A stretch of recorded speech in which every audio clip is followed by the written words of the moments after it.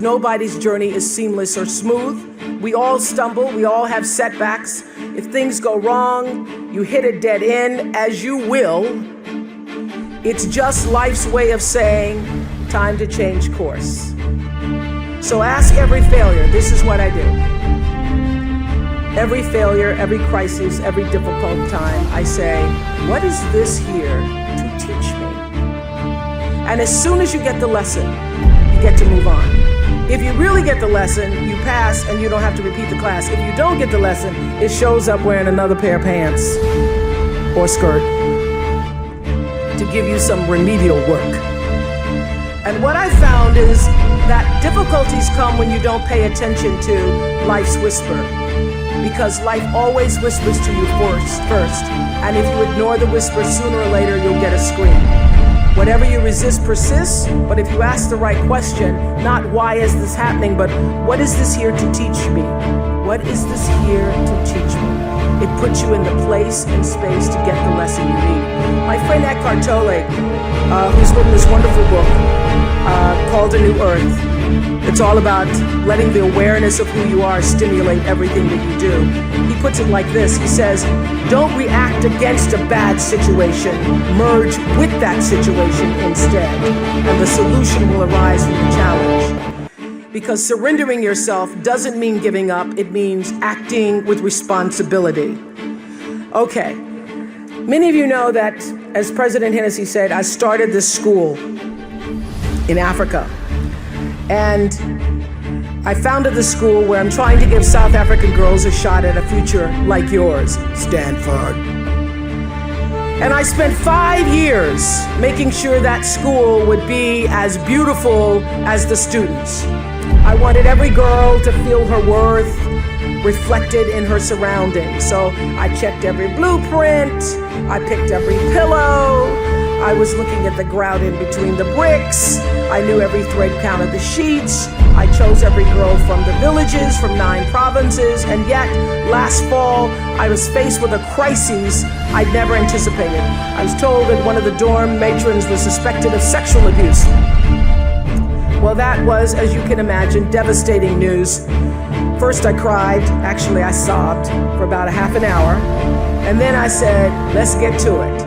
That's all you get, is a half an hour. You need to focus on the now, what you need to do now. So I contacted a child trauma specialist, I put together a team of investigators, I made sure the girls had counseling and support, and Gail and I got on a plane and flew to South Africa. And the whole time I kept asking that question, what is this here to teach me?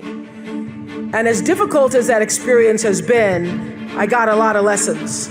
I understand now the mistakes I made because I had been paying attention to all of the wrong things. I built that school from the outside in, when what really mattered was the inside out. So it's a lesson that applies to all of our lives as a whole. What matters most is what's inside. What matters most is the sense of integrity, of quality, and beauty. I got that lesson. And what I know is that the girls came away with something too. They've emerged from this more resilient and knowing that their voices have power. For other people's children, what they were not able to do for their own boy. The lesson here is clear, and that is if you're hurting, you need to help somebody else ease their hurt. If you're in pain, help somebody else's pain. And when you're in a mess, you get yourself out of the mess, helping somebody out of theirs.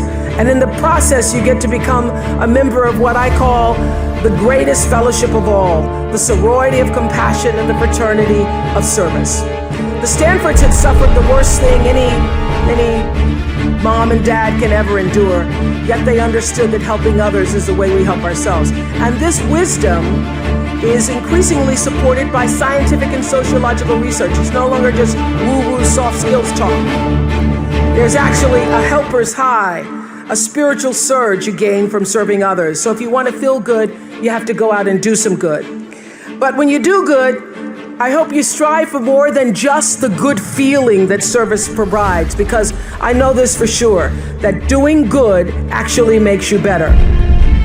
So whatever field you choose, if you operate from the paradigm of service, I know your life will have more value and you will be happy.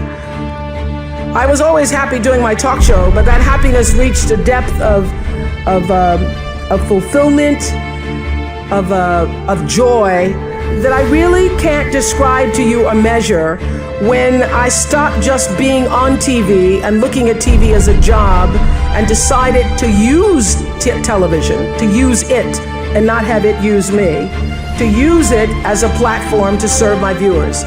That alone changed the trajectory of my success. So I know this, that whether you're an actor, you offer your talent in the way that most inspires art. If you're an anatomist, you look at your gift as knowledge and service to healing. Having compassion for other people is at the top of that list.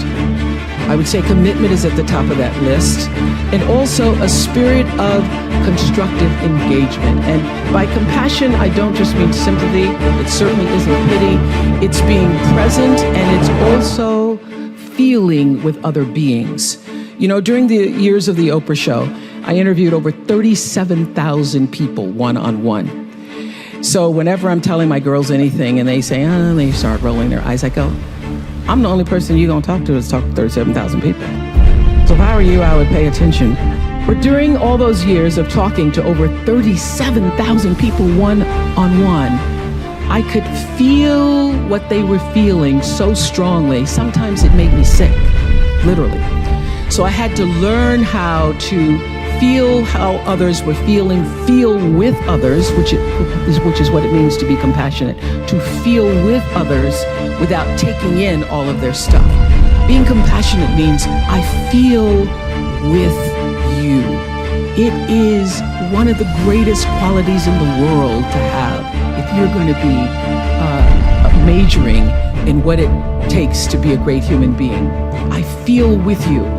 Means I not only am willing to walk in your shoes, it means my heart beats with yours. It means I see myself in you. It means I may not have shared that circumstance, but I know what heartbreak feels like. I know what pain feels like, and all pain is the same. It means I can feel your will to want to do better and be better. And I feel and I am with you. In spite of everything that's happened to you, I feel your need to rise. I want to help you rise. I want to rise with you. If you can capture the humanity of people, if you can just capture the humanity of the people, of the stories that you're telling, you then get that much closer to your own humanity. And you can confront your bias, and you can build your credibility and hone your instincts and compound your compassion.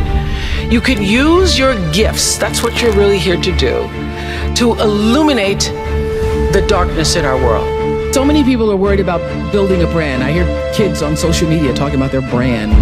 And I used to really resent the word when people would say to me, oh, you have this brand, because I never even thought about a brand. I just thought about day in and day out, making the best right choice for me. But now I embrace it because I recognize people see me as a brand. But for me, it's not a business. It is a question of what do you stand for? And I will say this, you're nothing if you're not the truth. So I've made a living, I've made a life, made a fortune, really, it's fantastic. All good from being true to myself. And that's if I could leave you with any message today, that is it. The biggest reward is not financial benefits, though it's really good. You can get a lot of great shoes. Nothing wrong with great shoes. But those of you who have a lot of shoes know that having great shoes and a closet full of shoes or cars or houses or square footage doesn't fill up your life. But living a life of substance can. Substance through your service, your offering of your whole self. And the baseline for how do you live a life of substance is whatever is the truth for you. What do you stand for?